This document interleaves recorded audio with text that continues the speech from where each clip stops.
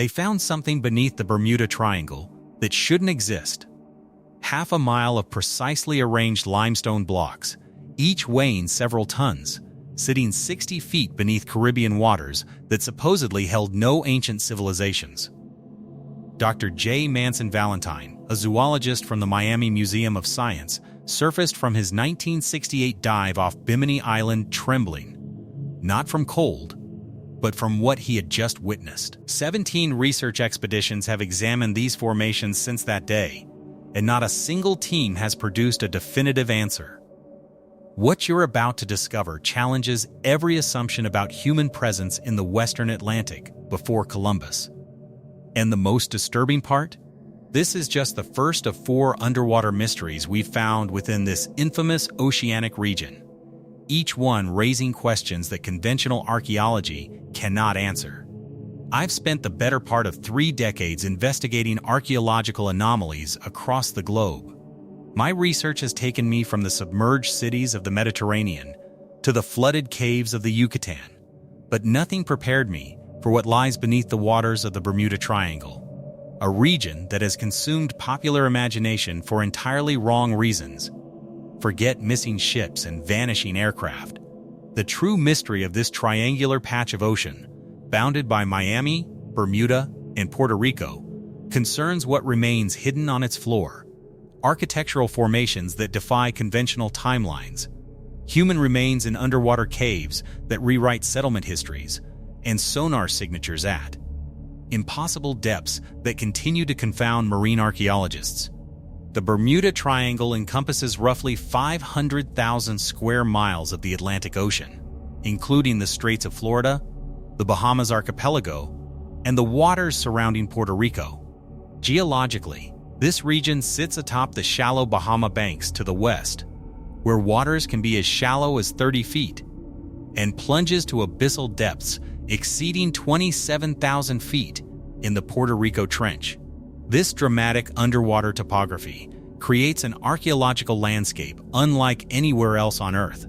During the last ice age, when sea levels dropped more than 400 feet, vast portions of today's submerged platforms stood exposed as dry land.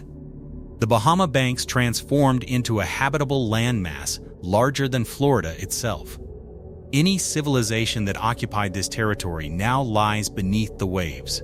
What we'll examine tonight falls into distinct categories: megalithic stone structures of disputed origin, deep water formations detected only by modern sonar technology, flooded cave systems containing human remains far older than expected, and underwater platforms that shouldn't exist based on our understanding of regional prehistory.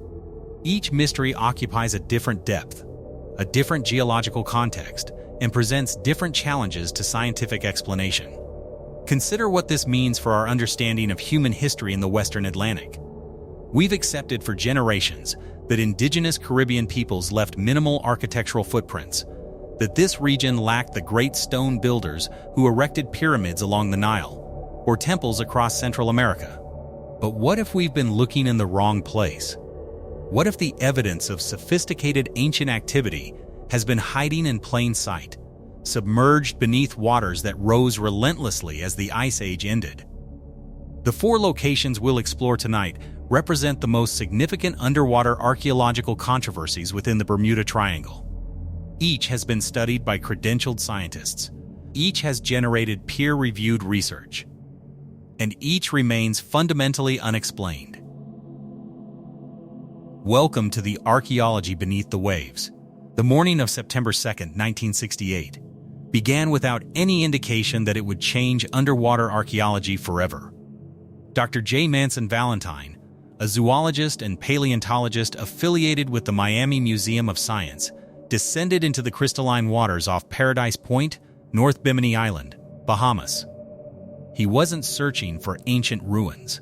He was studying fish populations along the shallow shelf that extends westward from Bimini into the Gulf Stream. What he encountered instead would consume the remaining decades of his career. Approximately 60 feet below the surface, Valentine noticed an unusual pattern on the seafloor: massive rectangular blocks of limestone, some measuring 12 feet in length, lay arranged in what appeared to be a deliberate formation. The stones stretched northeast to southwest for approximately half a mile, their edges worn by millennia of tidal action, but their rectangular shapes unmistakable. Valentine surfaced, gathered his diving companions Jacques Mayol and Robert Angove, and returned immediately for a closer inspection. What they documented over the following hours defied easy explanation. The formation consisted of two parallel lines of stones with smaller crosspieces, creating what Valentine described as a perfectly structured pavement. The blocks sat upon a foundation of similar limestone, many featuring right-angle corners that seemed inconsistent with natural fracturing. Some stones showed evidence of what Valentine initially interpreted as intentional cutting, beveled edges and proportional dimensions that repeated throughout the structure. Bimini Island lies approximately 50 miles east of Miami, part of the westernmost chain of the Bahamas archipelago. The island measures only 7 miles in length and barely half a mile in width. It rises from the Great Bahama Bank, a shallow carbonate platform that extends underwater for thousands of square miles. During periods of lower sea level, this entire bank stood above water as a massive limestone island. Valentine's announcement of his discovery generated immediate controversy. Supporters saw evidence of a sophisticated maritime civilization predating known Caribbean cultures. Critics argued the formation was entirely natural, a product of beach rock fracturing along predictable lines as tidal action and geological processes shaped the limestone substrate. This debate, remarkably, remains unresolved 55 years later. The Bimini Road, also called the Bimini Wall by those who believe it was constructed vertically before toppling, extends approximately 2,600 feet across the shallow seafloor. The primary formation consists of roughly tabular limestone blocks ranging from 3 to 13 feet in length and 3 to 6 feet in width. Core samples have established that these blocks are composed of local beach rock, primarily calcium carbonate with shell fragments embedded throughout. Here is where the first impossibility emerges. Radiocarbon dating of the shell fragments within the stones has produced ages ranging from 2,000 to 4,000 years before present. However, this dating establishes only when the calcium carbonate lithified, when it hardened into rock, not when any hypothetical construction might have occurred.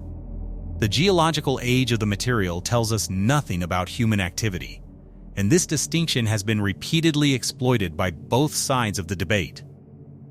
The structural characteristics present a more challenging puzzle. Dr. David Zink, who led multiple expeditions to the site during the 1970s, documented numerous anomalies that he argued were inconsistent with natural formation. His team discovered what appeared to be prop stones, smaller rocks wedged beneath larger blocks in a manner suggesting intentional leveling. They photographed right-angle joints that repeated throughout the formation with uncanny regularity. Most controversially, Zink's team located what they interpreted as tongue and groove construction, where protrusions on one block appeared designed to fit into depressions on adjacent stones.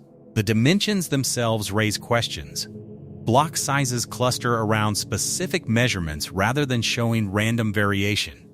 Natural fracturing typically produces irregular fragments. The Bimini stones show proportional consistency that some researchers find statistically improbable for a natural formation. Beneath the primary layer of stones lies what may be the most significant anomaly. Excavation by multiple teams has revealed a second tier of blocks beneath the visible pavement. This lower layer sits upon what appears to be a prepared bedrock surface, leveled in a manner that suggests deliberate modification. If natural, this double-layered structure would require an explanation for why beach rock fractured into two distinct horizontal planes, a geological scenario that presents significant difficulties. The site's orientation adds another layer of complexity. The formation runs northeast to southwest, a bearing that some researchers note aligns with astronomical phenomena. Whether this represents intentional design or coincidence remains contested. The scientific battle over Bimini Road has involved some of the most respected names in marine geology. Dr. Eugene Shin of the United States Geological Survey conducted the most comprehensive natural formation analysis during the 1970s. His team core drilled through multiple blocks and examined the microstructure of the limestone under laboratory conditions. Shin's findings appeared to resolve the debate definitively. The microscopic shell fragments within the beach rock showed consistent orientation. They lay flat, as shells naturally settle in sediment. If ancient builders had quarried and relocated these stones, Shin argued, the shell orientations would have been disrupted. Instead, they showed perfect conformity with in situ formation. The beach rock, he concluded, had hardened in place and fractured naturally into rectangular blocks due to the regular jointing patterns characteristic of limestone. Now, I want to know what you think about this next detail, because it's the one thing that keeps archaeologists awake at night. Recent investigations by Dr. Greg Little and his wife Laura, conducted between 2003 and 2009, have challenged Shin's conclusions. Using more sophisticated analysis techniques, the Littles documented instances where shell orientations did show disruption, where the internal structure appeared inconsistent with undisturbed in situ formation. They also discovered that some blocks had been rotated from their original positions, suggesting movement after lithification. Furthermore, the Littles located what appears to be a second formation running parallel to the main road, approximately 50 feet to the north. This structure, less visible due to greater sand coverage, shows similar rectangular block arrangements. If both formations are natural, their parallel alignment requires explanation. If one formed naturally and the other through different processes, the debate becomes even more complicated. The absence of certain evidence also demands attention. No tools have been recovered from the site. No pottery shards, no bone fragments, no charcoal, nothing that would definitively establish human presence during a construction period. The archaeological smoking gun remains missing. The conservative explanation holds that Bimini Road is entirely natural, a product of beach rock formation and predictable fracturing patterns. Limestone in tropical marine environments commonly fractures into rectangular blocks due to the crystalline structure of calcium carbonate. Similar formations occur elsewhere in the Bahamas and Caribbean, where no one has proposed human construction. This theory explains the site without invoking unknown civilizations, but fails to account for several anomalies: the prop stones, the apparent double layer, and the instances of disrupted shell orientation. The radical alternative proposes that Bimini Road represents the remnants of a maritime culture that flourished when sea levels were significantly lower. Perhaps during the Younger Dryas period, approximately 11,000 years ago. Proponents note that the Great Bahama Bank was exposed as dry land during this era, potentially supporting a population capable of sophisticated construction. This theory explains the structural anomalies but faces a devastating problem. The beach rock itself dates to only 2,000 to 4,000 years before present. The stones cannot be older than the material composing them. A third possibility suggests modification rather than construction. Perhaps natural beach rock formations were discovered by ancient seafarers who enhanced them, leveling surfaces, placing prop stones, possibly using the formation as a breakwater or fishing weir. This hybrid theory accommodates both the natural geology and the apparent evidence of human activity, but it raises its own questions. What culture possessed the diving capability to work at 60 feet? Why would they invest such effort in modifying a submerged formation? Each theory contains fatal weaknesses. The natural explanation cannot adequately address all the physical anomalies. The ancient civilization theory cannot explain the relatively recent geological age. The modification theory lacks supporting evidence and requires capabilities unattested for known Caribbean cultures. Imagine standing on the exposed limestone platform that Bimini Road once occupied, 10,000 years before the present day. The ocean lies miles to the east, barely visible on the horizon. What is now the Great Bahama Bank stretches around you as a vast flat savanna dotted with freshwater lakes and crossed by seasonal rivers. Mastodons have gone extinct only recently, but smaller game remains abundant. The climate is cooler, drier, more like modern-day Georgia than tropical Florida. If people occupied this landscape, they would have had access to unlimited limestone. The very ground beneath their feet was building material. They would have observed natural fracture patterns, understood how this rock breaks along predictable lines. Perhaps they accelerated natural processes, scoring the stone and letting temperature changes complete the separation. Perhaps they arranged naturally fractured blocks into more useful configurations. These hypothetical inhabitants knew their world was changing. Each generation observed that the sea crept closer, consuming low-lying areas that grandparents remembered as solid ground. The Great Flood wasn't myth to these people, it was observed reality, a transgression measured in human lifetimes. They would have watched the waters approach their constructions, swallowing the work of their ancestors inch by inch, year by year, century by century. By the time the inundation was complete, no memory of builders remained. The cultures that Columbus encountered in the Caribbean knew nothing of any previous civilization.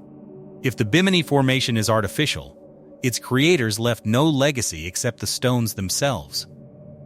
Today, Bimini Road lies within protected Bahamian waters. Diving the site requires no special permit. Tour operators from Bimini Island run regular excursions, but artifact removal is strictly prohibited. The formation sits in approximately 18 to 25 feet of water at its shallowest point, dropping to 60 feet at its deepest visible extent. Visibility typically exceeds 100 feet, allowing observers to appreciate the full scope of the formation from a single vantage point. Recent developments have complicated rather than clarified the debate.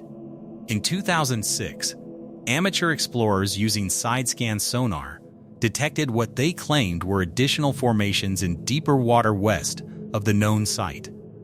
These reports remain unverified by professional archaeologists. Funding for systematic survey work has been consistently difficult to secure, partly because the scientific establishment views the site as a resolved question, natural formation, and partly because the association with fringe theories about Atlantis has made the topic professionally hazardous. The Lucayan people, who inhabited the Bahamas at European contact, left no oral traditions regarding underwater structures. Modern Bahamian attitudes toward the site range from pride to skepticism. The tourist economy benefits from the mystery. The scientific establishment prefers to move on. My assessment, after reviewing 5 decades of research, is that Bimini Road refuses to be simply categorized. The natural formation theory explains most features, but stumbles over specific anomalies. The ancient construction theory explains the anomalies, but cannot account for the beach rock dating. We may be witnessing something genuinely in between. A natural formation that humans recognized, utilized, and perhaps modified, but did not create from scratch. This possibility deserves consideration because it reflects how ancient peoples actually interacted with their environments. They didn't always build from nothing. They observed, adapted, enhanced. A natural breakwater becomes a fishing weir with the addition of a few strategically placed stones. A fractured limestone platform becomes a prepared surface with minimal leveling. The boundary between natural and artificial blurs when we understand that ancient peoples saw themselves as part of nature rather than separate from it. Bimini Road may teach us less about ancient construction capabilities than about our own assumptions, our insistence that phenomena be either fully natural or fully artificial, our difficulty imagining the hybrid interventions that characterized pre-modern human experience. In the summer of 2001, a Canadian survey vessel conducting commercial seabed mapping off Cuba's western coast detected something that shouldn't have existed. Paulina Zalitsky, a Soviet-born ocean engineer, and her husband Paul Weinsweig operated Advanced Digital Communications, a company contracted to locate sunken ships and assess fiber optic cable routes for the Cuban government. Their side-scan sonar was calibrated for shipwrecks. What it revealed instead was far more troubling. At a depth of approximately 2,000 feet, over 600 meters, the sonar registered geometric anomalies covering an area roughly 1 kilometer square. The computer-generated imagery showed what appeared to be rectilinear structures, perpendicular lines, stepped formations resembling pyramids, and angular shapes inconsistent with natural underwater topography. Zalitsky, initially skeptical, ordered repeated passes. Each scan confirmed the same impossible geometry. The location lay approximately 15 miles off the coast of the Guanahacababe Peninsula, Cuba's westernmost point. This finger of land extends toward Mexico's Yucatan Peninsula, separated by the Yucatan Channel, one of the deepest passages in the Caribbean. The underwater terrain here drops precipitously from the Cuban shelf into abyssal depths, and it was at the edge of this drop-off that Zalitsky's equipment detected the anomalies. Advanced Digital Communications reported the findings to Cuban authorities and to a small circle of marine scientists. The announcement, when it reached international media in 2002, generated intense interest and equally intense skepticism. National Geographic Society expressed interest in funding further investigation. Academic archaeologists largely dismissed the possibility of human structures at such depth, noting that 2,000 feet of water would require the site to have been above sea level over 50,000 years ago, long before any known civilization.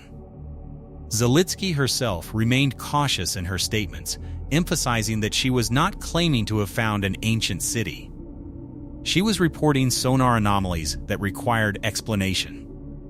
That distinction often got lost in subsequent coverage.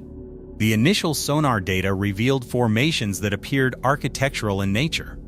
The imagery showed elongated linear structures arranged in cross patterns, suggesting streets or organized pathways. Several distinct shapes resembling step pyramids rose from the seafloor. One formation approximated the profile of a sphinx-like figure, though Zalitsky was careful to note that sonar interpretation at such depths involves significant ambiguity. The dimensions, if accurate, were massive. The largest pyramidal structure measured approximately 100 meters at its base and rose approximately 30 meters from the surrounding terrain. The linear formations extended for hundreds of meters, maintaining apparent straightness and parallelism over their entire length. The precision of these geometric features, if natural, would require explanation within the context of deep-water geological processes. In 2002, Advanced Digital Communications returned to the site with a remotely operated vehicle equipped with cameras. The footage obtained was grainy. Visibility at such depths is limited, and lighting conditions challenging, but it showed what appeared to be cut stone surfaces. One sequence revealed what Zalitsky interpreted as inscribed symbols, though the quality of the imagery prevented definitive analysis. Here's where it gets strange, and I mean really strange. The geological context makes human construction virtually impossible within any accepted chronological framework.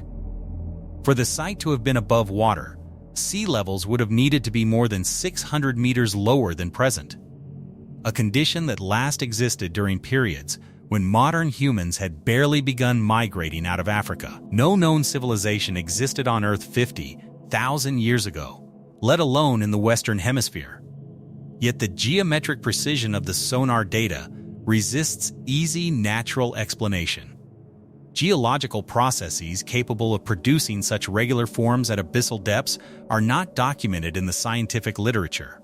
Volcanic activity can create step-like formations, but the scale and regularity observed off Cuba exceed known examples. Coral growth follows certain patterns, but corals do not thrive at 2,000 feet where light barely penetrates. Some viewers have pointed out similarities to the Yonaguni Monument off Japan, another underwater formation of disputed origin. But I'm not convinced the comparison holds. Yonaguni sits in far shallower water, making human modification at least theoretically possible. The Cuban anomaly occupies a depth that places it entirely outside the range of any prehistoric diving technology. What patterns do you see here? Your observations might catch something researchers missed. The scientific response to Zalitsky's discovery followed a predictable trajectory: initial curiosity, followed by skepticism, followed by professional silence. Manuel Iturralde Vinant, a geologist with Cuba's Natural History Museum and one of the few credentialed scientists to examine the data firsthand, offered cautious assessments. He confirmed that the structures were highly unusual and merited further investigation, but declined to speculate about their origin. National Geographic's involvement brought greater resources, but also greater scrutiny. Their 2003 expedition deployed more sophisticated ROV equipment capable of better imagery. The footage obtained confirmed the geometric nature of the formations, but failed to definitively establish whether they were natural or artificial. Rock samples retrieved from the site proved to be granite, a material not native to the Cuban shelf, raising questions about how it arrived at that location. The absence of subsequent major expeditions represents one of the greatest frustrations for researchers interested in the site. Zalitsky reportedly encountered financial difficulties that limited her company's ability to continue investigation. The Cuban government, while not prohibiting research, also did not prioritize funding for what remained a scientifically controversial subject. International sanctions complicated the involvement of American research institutions. What evidence mysteriously disappeared or was never recovered? Core samples that could have been subjected to detailed petrographic analysis. Extensive photo mapping that could have established the full extent of the formations. Biological sampling that might have revealed whether the structures were colonized by deep water organisms in patterns consistent with artificial versus natural substrates. The investigation was abandoned before these questions could be answered. Academic controversy focused less on the formations themselves than on the impossibility of the interpretation that some observers were drawing. Archaeologists pointed out that accepting the structures as artificial would require rewriting not just Caribbean prehistory, but the entire timeline of human cognitive and technological development. Extraordinary claims require extraordinary evidence, and the sonar data, however suggestive, did not meet that threshold. The conservative geological explanation proposes that the Cuban formations represent volcanic features or tectonic structures that coincidentally suggest artificial geometry. The Caribbean plate is tectonically active, and the region's volcanic history includes episodes of submarine eruption and lava flow. Regular jointing patterns can produce straight lines and angular shapes in cooling volcanic rock. This theory requires no revision of human chronology, but struggles to explain the apparent scale and regularity of the formations. A radical alternative suggests that the structures date to an unknown period of dramatically lower sea levels and were constructed by a civilization lost to history. Proponents of this theory note that our understanding of Ice Age sea levels contains significant uncertainties, that levels may have dropped lower than currently modeled during specific intervals. They also observe that absence of evidence is not evidence of absence. A sophisticated coastal culture whose territory was entirely inundated would leave no trace on modern landmasses. This theory is archaeologically unsubstantiated and contradicts current understanding of human cultural evolution. A third possibility proposes that the formations are natural, but were formed when the site was above water through processes since inundated. Perhaps freshwater erosion carved the geometric shapes when the Caribbean plate stood higher, and subsequent subsidence lowered the formations to their current depth. This theory accommodates both the geometric regularity and the depth problem, but requires geological processes not documented for this region. The critical flaw common to all theories is insufficient data.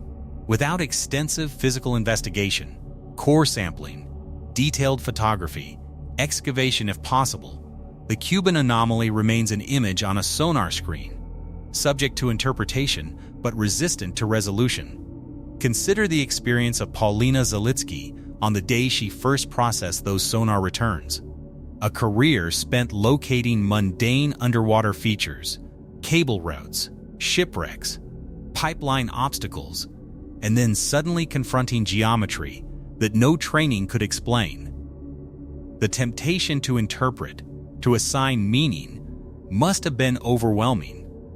The equal pressure to remain cautious, to avoid professional ridicule, must have created its own internal tension. The human dimension extends to those who would have built such structures, if indeed they are artificial. To accept the site as human-made requires imagining a people separated from us by a temporal gulf nearly inconceivable, ancestors so distant that they share almost nothing of our cultural heritage, our technological assumptions, our ways of organizing knowledge.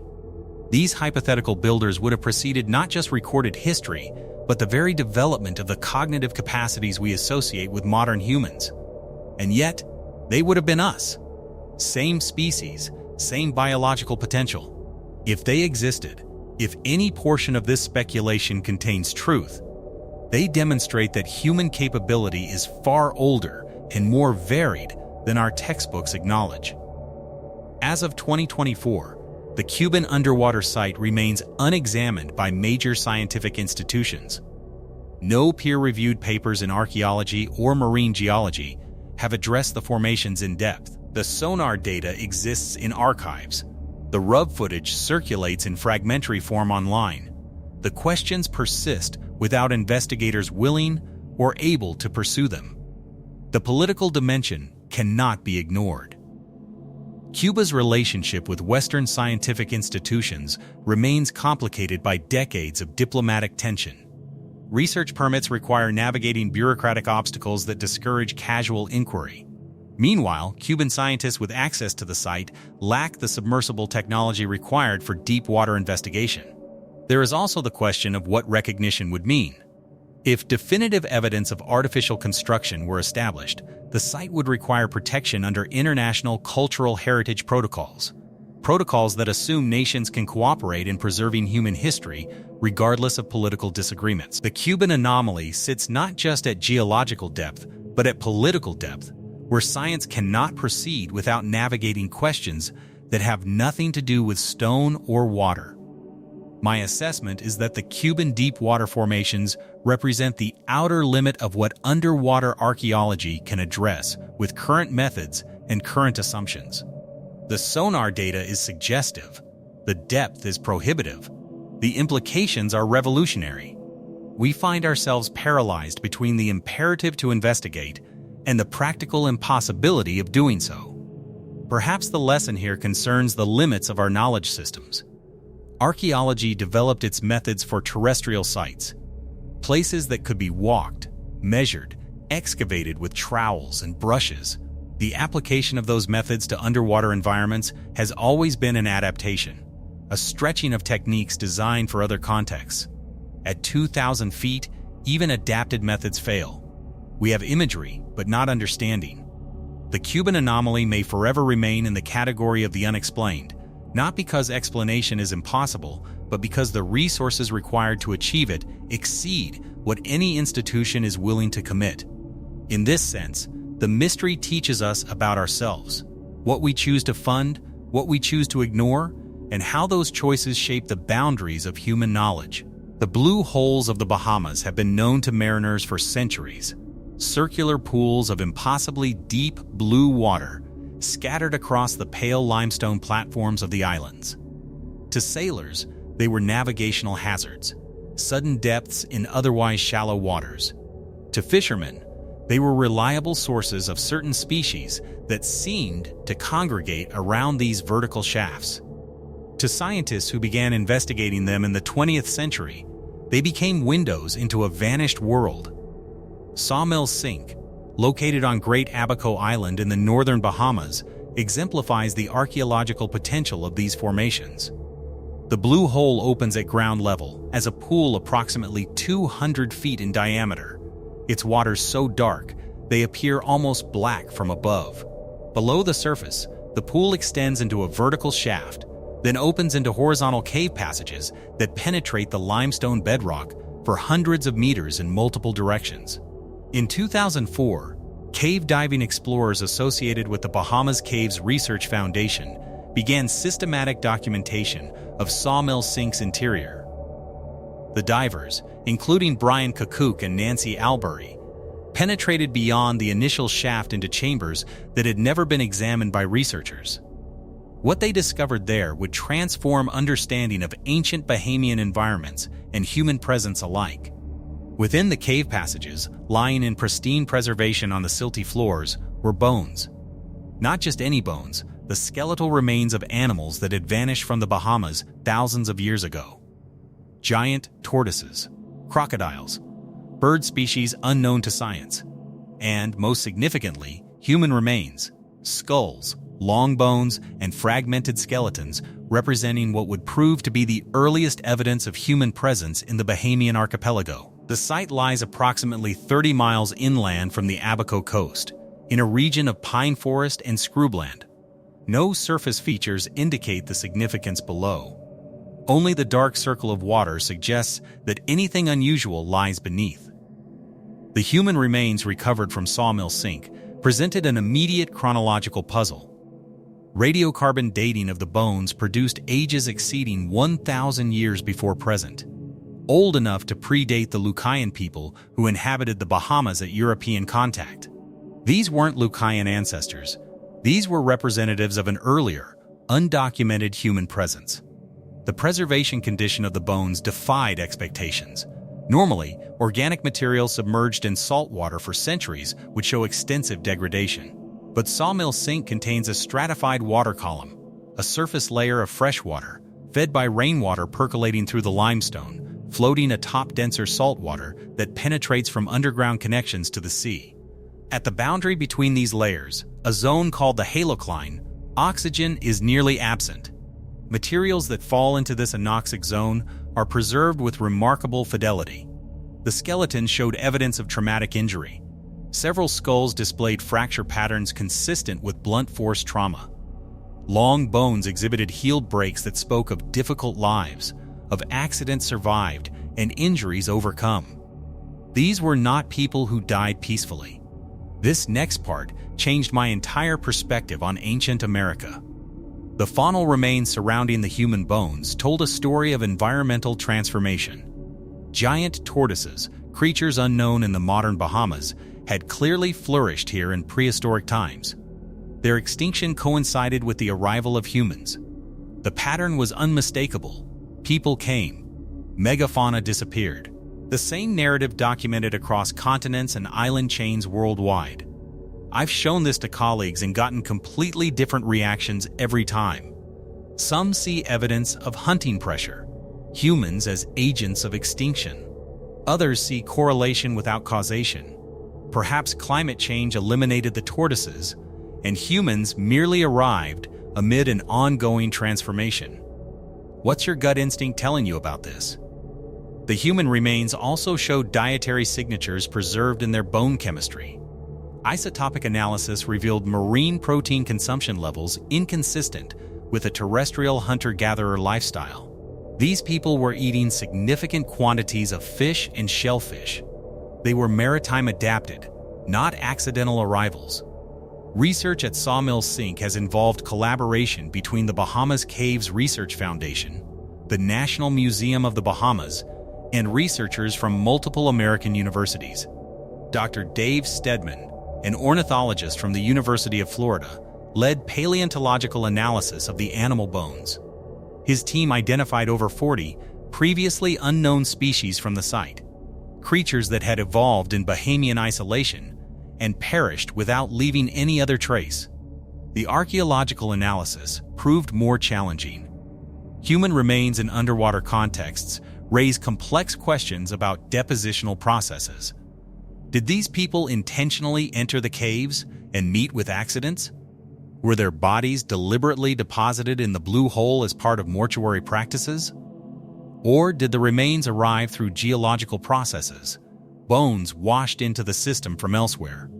Evidence suggests a combination of factors.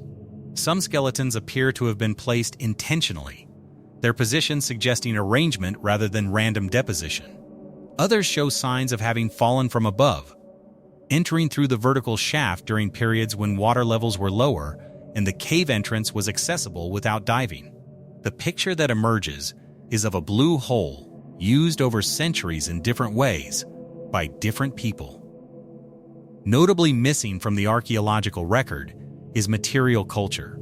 No tools, no pottery, no worked shell or bone accompanied the human remains.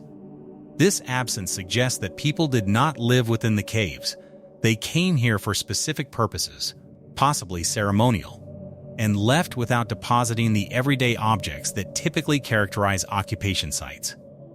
The conservative interpretation views Sawmill Sink as an accidental accumulator. Animals and occasionally humans fell into the vertical shaft over thousands of years, their remains preserved by the anoxic conditions at depth. No intentional human use is required. The site simply collected whatever entered its opening. This theory explains the random distribution of faunal remains, but struggles with the apparent arranged positions of certain human skeletons. The ceremonial deposition theory proposes that prehistoric Bahamians recognized the blue holes as sacred spaces, connections to an underworld or spirit realm, and deliberately placed human remains there as part of mortuary ritual. Similar practices are documented for cenotes in the Yucatan, where Maya peoples deposited offerings and sacrifices. If the Bahamas' earliest inhabitants held analogous beliefs, the human remains at Sawmill Sink might represent intentional burial rather than accident. A third possibility focuses on sea level dynamics. When sea levels were lower during the late Pleistocene, the blue holes would have appeared as dry caves, accessible passages into the limestone underworld. Early human occupants might have used these caves for shelter, storage, or ceremony. As waters rose, the caves flooded, and any materials left behind were inundated. The human remains would thus represent not underwater deposition, but terrestrial use of spaces that subsequently drowned. Each theory faces evidentiary gaps. The accidental theory cannot explain skeletal arrangements. The ceremonial theory lacks comparative documentation for Bahamian cultures. The sea level theory requires people to have been present during the flooding process, yet the earliest documented human presence in the Bahamas occurs after sea levels had largely stabilized. The bodies in Sawmill Sink represent people who died far from any modern understanding or documentation. Their lives unfolded in a Bahamas radically different from today, a landscape populated by giant tortoises and crocodiles, where the familiar tourist beaches had not yet formed, and the pine forests extended farther than modern boundaries. These people fished, hunted, navigated between islands in craft we cannot reconstruct. They buried their dead, or lost them, in places that they could not have imagined would one day be accessible only to divers equipped with technology they could not have conceived. The trauma visible on their bones speaks of violence or accident. These were not gentle deaths. Whatever brought these individuals to their ends left marks that survive across a millennium of preservation. We will never know their names, never understand their languages, never reconstruct the social structures that organize their communities. We have only their bones, suspended in dark water, awaiting interpretation. Research at Bahamian Blue Holes continues under the leadership of the Bahamas Caves Research Foundation and affiliated academic institutions. Access to sites like Sawmill Sink requires specialized cave diving certification. These environments are among the most dangerous on Earth, with zero visibility and silt-outs and complex navigation through underwater passages. Only a handful of researchers possess the combined diving ability and scientific training necessary for this work. Recent discoveries have expanded the geographic scope of blue hole archaeology. Sites across the Bahamas archipelago have yielded similar deposits, animal bones, occasional human remains, and evidence of environmental conditions radically different from the present. Each site adds data points to an emerging picture of a vanished Bahamian ecosystem and the people who inhabited it. Indigenous perspectives complicate the research. Modern Bahamian identity does not descend directly from the Lucayan peoples, who were decimated by European colonization. The remains recovered from blue holes belong to cultures with no living descendants, no tribal councils to consult regarding appropriate treatment. The ethical frameworks that guide research on indigenous remains in the United States, where tribal consultation is legally required, do not apply straightforwardly. Researchers navigate these questions with care, but without clear guidance. The blue holes offer a meditation on impermanence. Entire ecosystems, entire peoples, have vanished from the Bahamas since these remains were deposited. The tortoises that survived for millions of years disappeared within centuries of human arrival. The humans who may have contributed to that extinction themselves vanished when subsequent arrivals displaced or absorbed them. Layer upon layer of loss, preserved by the accident of anoxic water chemistry. And yet, the blue holes also offer a meditation on persistence. These remains endured. Against all probability, bone that should have dissolved remains analyzable. Stories that should have been lost forever have become partially recoverable. The very geology that killed, vertical shafts, drowning pools, impossible depths, also preserved. Perhaps every archaeological site embodies this contradiction, destruction and preservation intertwined. What survives does so because of the same forces that ended the lives it commemorates. The blue holes make this relationship explicit. The waters that drowned the evidence also protected it. The lighthouse on Great Isaac Cay has stood as a navigational landmark since 1859, warning ships away from the treacherous shoals that extend from this small island at the northern edge of the Bimini chain. Keepers manned the light continuously until 1969, when the station was automated following an incident that became local legend. The keeper and his assistant vanished without explanation, leaving dinner cooking on the stove and personal effects undisturbed. The mystery of their disappearance drew attention to this remote outpost. But it was not until marine surveys of the 1980s that the true mystery of Great Isaac began to emerge. In 1984, a survey team conducting bathymetric mapping of the northern Bahamas detected unusual formations on the seafloor approximately 3 miles west of Great Isaac Cay. The depth was relatively shallow, between 40 and 60 feet, but the location was treacherous, subject to strong currents from the nearby Gulf Stream and frequent storm activity that made systematic investigation difficult. The initial sonar returns showed what appeared to be rectilinear structures covering an area of approximately 500 meters by 300 meters. Unlike the Bimini Road's linear pavement, the Great Isaac formations seem to include enclosed spaces, rectangular outlines suggestive of walls or foundations rather than a single pathway.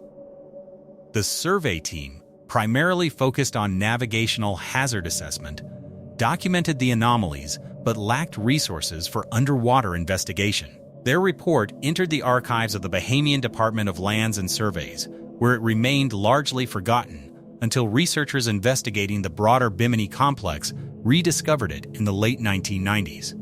Initial diving investigations revealed a complex site far more extensive than the Bimini Road.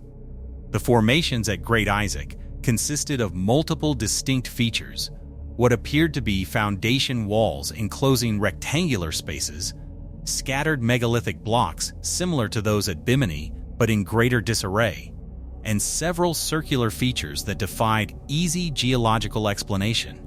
The rectangular enclosures measured approximately 4 to 6 meters on each side, dimensions consistent with residential structures rather than ceremonial monuments.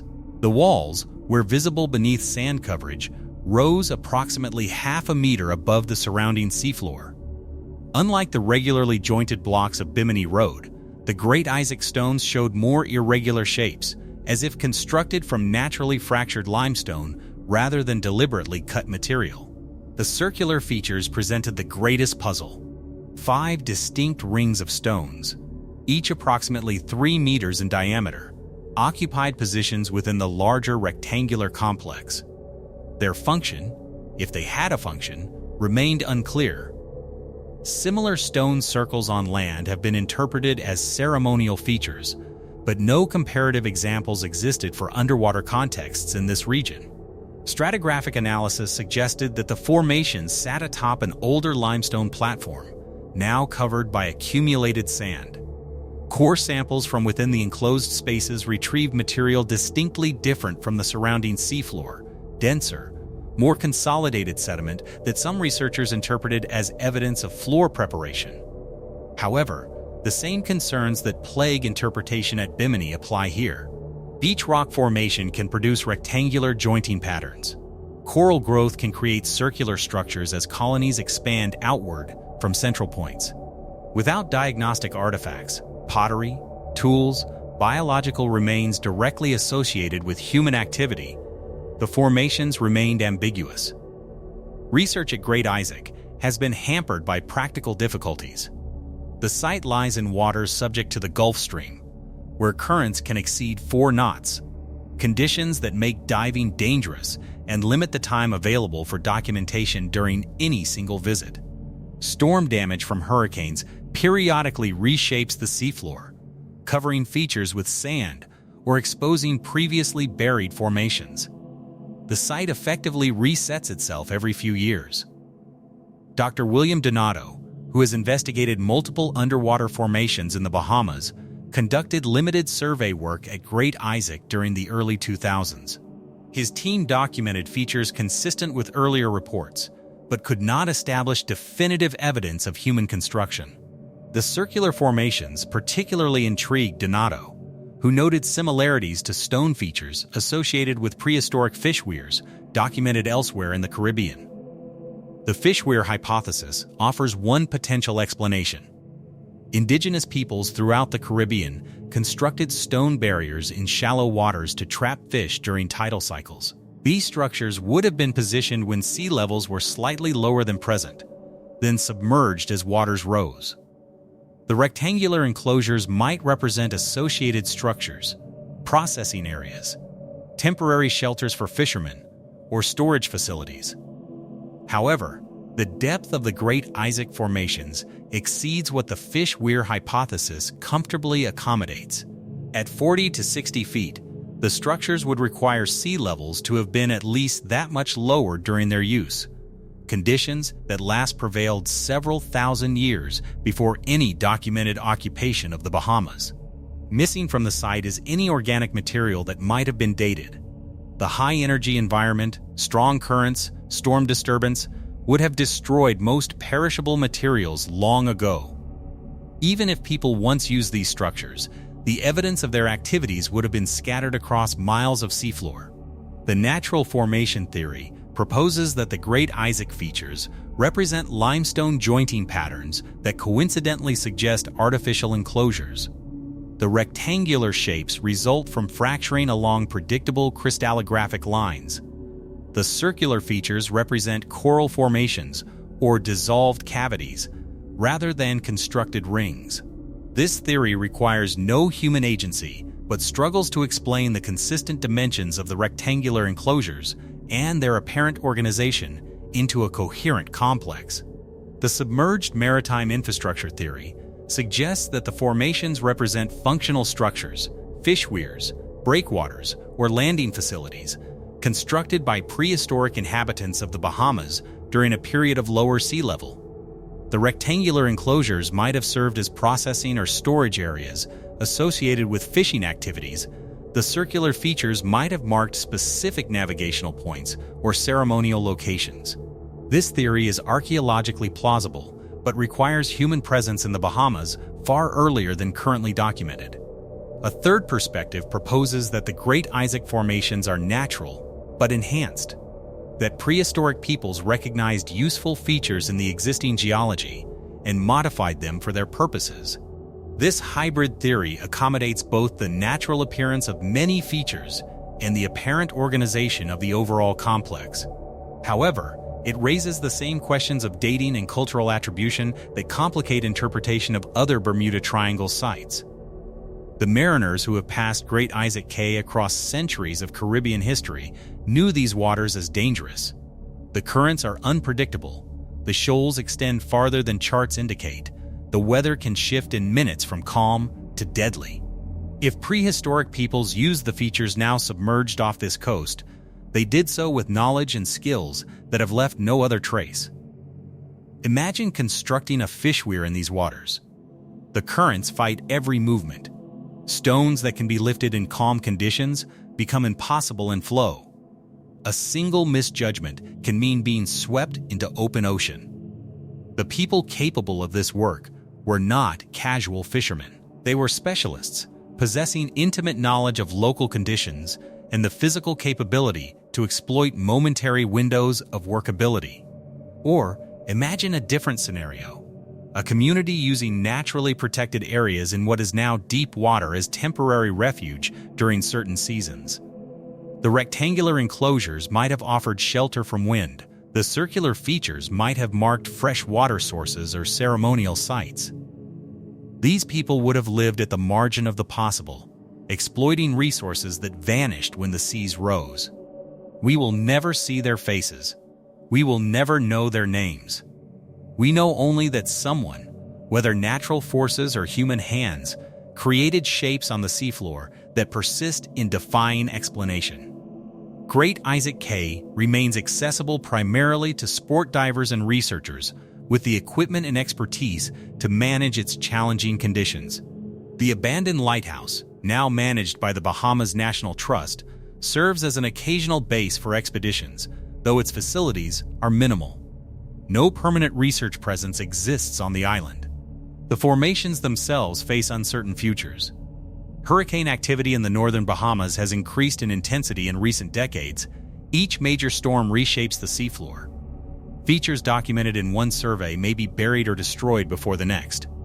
There is genuine urgency to comprehensive documentation, but resources for underwater archaeology are always limited, and sites with ambiguous status, possibly natural, possibly artificial, rank low on priority lists. The connection to the broader Bimini complex warrants further investigation. If the Great Isaac formations are artificial, they suggest a maritime culture operating across significant distances, a people for whom the multiple islands and shoals of the northern Bahamas constituted an integrated territory rather than isolated fragments. This interpretation would fundamentally alter understanding of prehistoric Caribbean settlement patterns. After everything we've explored, which of these mysteries disturbed you the most? And more importantly, why do you think these stories were hidden for so long? The Great Isaac formations represent the frontier of underwater archaeology in the Bermuda Triangle, a site that might contain revolutionary evidence or might contain nothing more than the accidents of geology. We face this uncertainty honestly, without pretending to resolution we cannot achieve. My assessment is that the accumulation of anomalies across this region, Bimini Road, the Cuban deep water structures, the Blue Hole deposits, the Great Isaac complex, constitutes a pattern that demands explanation even if no individual site proves conclusive. Something happened in these waters. People were here earlier than conventional narratives acknowledge. Their presence left traces that survived submersion, burial, and the skepticism of professionals trained to reject claims that challenge established timelines. The Bermuda Triangle's true mystery is not missing ships or vanishing aircraft. Those stories are modern inventions, statistical illusions amplified by selective attention. The true mystery lies beneath the waves, in structures that resist easy categorization, in bones that rewrote settlement chronologies, in sonar returns that no one has adequately explained. We stand at the edge of what can be known with current methods. Beyond that edge, the water grows dark, the pressure builds, and the secrets of this remarkable ocean remain secure. For now, the waters of the Bermuda Triangle hold their secrets with a patience that human curiosity cannot match. We have skimmed the surface of 4 mysteries tonight, each one representing decades of research, controversy, and unresolved questions. The Bimini Road continues to divide researchers between natural and artificial explanations, its half-mile of rectangular blocks offering evidence that supports and undermines both interpretations. The Cuban deep water anomaly sits beyond the reach of current technology, its sonar signature tantalizing scientists who lack the resources to investigate further. The blue holes of the Bahamas have yielded human remains older than any previous documentation of human presence in the archipelago, rewriting settlement narratives with every new discovery. And the Great Isaac Formations await systematic investigation that may never come, their rectilinear shapes eroding with each passing hurricane. What connects these mysteries is not the sensational mythology of the Bermuda Triangle, the missing planes and vanished ships that populate popular imagination, but a more profound puzzle concerning human presence in the Western Atlantic. Our timelines may be wrong. Our assumptions about prehistoric maritime capabilities may be incomplete. Our confidence in knowing who was where and when may be misplaced. I began this investigation with the skepticism of a trained researcher and end it with questions I cannot answer. The evidence at these sites is real. The anomalies are documented. The debates among credentialed scientists are genuine and ongoing. What remains uncertain is interpretation, whether we are looking at the work of unknown peoples or the accidents of nature that merely suggest human agency. Perhaps the most honest conclusion is that uncertainty itself is the answer. Some mysteries resist resolution not because truth is hidden, but because truth is complex. Because phenomena in the real world refuse to fit the simple categories our minds prefer: natural and artificial, ancient and modern, possible and impossible. The underwater formations of the Bermuda Triangle may ultimately teach us less about ancient peoples than about the limits of these dichotomies. The ocean does not explain itself. It presents evidence and waits for interpretation. 55 years after J. Manson Valentine surfaced off Bimini trembling with what he had seen, we are still waiting too. The formations remain, the questions persist, and somewhere beneath those waters, in the darkness that human technology can barely reach, the next mystery awaits discovery.